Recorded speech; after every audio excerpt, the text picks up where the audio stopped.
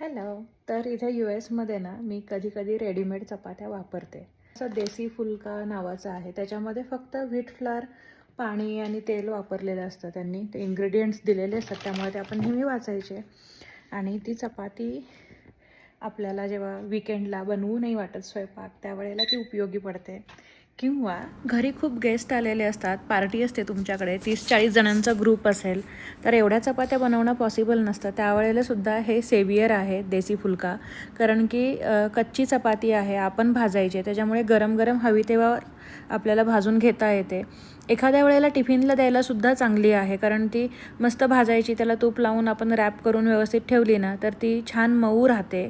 आणि कधी कधी अचानक कोणी आलं तरी आपल्याला बनवावं लागत नाही. फक्त भाजी बनवायची आणि एक्स्ट्राची काहीतरी करी, त्याच्यासोबत ही चपाती होऊन जाते. स्पेशली ज्यांच्या घरी लहान बाळं आहेत ना आणि कोणी मदतीला नसेल इथे सांभाळायला, तर त्यावेळेला ह्या चपात्या खूप मदत करतात आणि आम्ही इवाच्या लहानपणी हेच केलं आहे.